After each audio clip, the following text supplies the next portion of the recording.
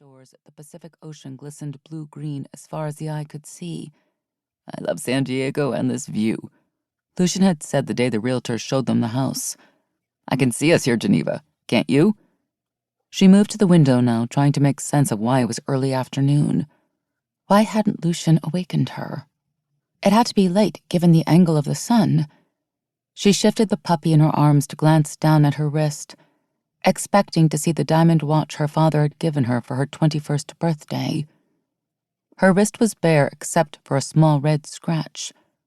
She stared at the scratch, her stomach roiling as her gaze flicked to her ring finger. Her beautiful diamond engagement ring was gone, along with her diamond-studded wedding ring. As she started to panic, she told herself that she might have taken both off last night for some reason. She looked around for her phone. The house was so large that she and Lucian often called one another via cell phone from the different levels. Her phone wasn't by the couch.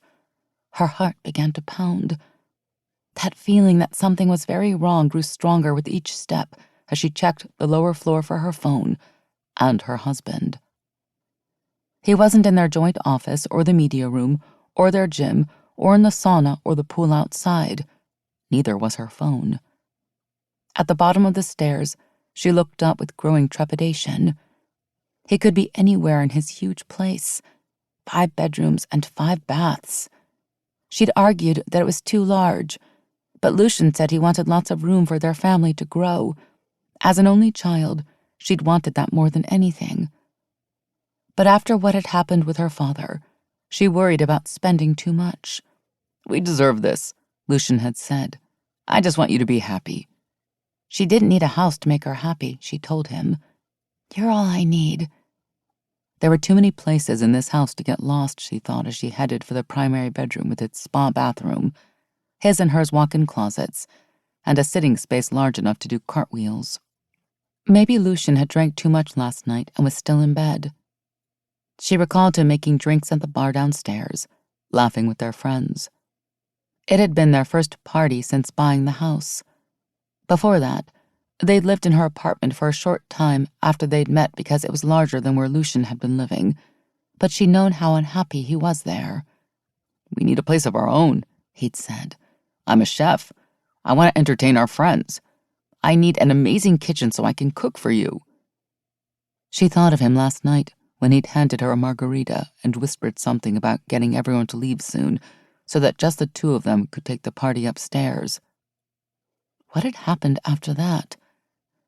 The party downstairs could have gone on until the wee hours of morning, apparently without her. As she topped the stairs, she hoped to find her husband still snuggled in their California king-size bed. She pictured the puppy and her climbing into bed with him, but she feared that she wasn't going to find him in the bed, nor did she expect to find him on the grounds. As huge as the house and property with a view of the Pacific Ocean, she could feel his absence. Pushing open their bedroom door, her heart felt the sight of her negligee lying on the bed where she'd left it, the bed covers untouched.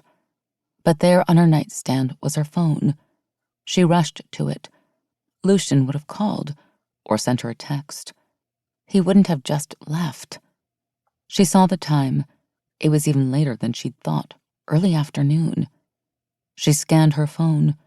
No calls, no text from Lucian. She tried his number. It went straight to voicemail. "Where are you? I'm worried. Please call me." Worry and fear fought for control. Where was he? There had to be a simple explanation, one her befuddled brain couldn't grasp. Maybe he told her about his plans last night before she'd passed out on the couch and she forgot the details? That was so unlike her. But what other explanation was there? She glanced at his bedside table, where he always placed his phone, watch, and keys every night. All were gone, sending a fissure of worry through her even as she assured herself that he must have gone out and probably hadn't wanted to wake her. He'd been talking about trading in his car. He'd probably been up most of the night and decided to go out first thing this morning. She wished he'd left her a note, though, but it would be just like him to come back with some amazing car to surprise her. She just hoped he didn't spend too much. She hurried down the stairs, holding tightly to her puppy as she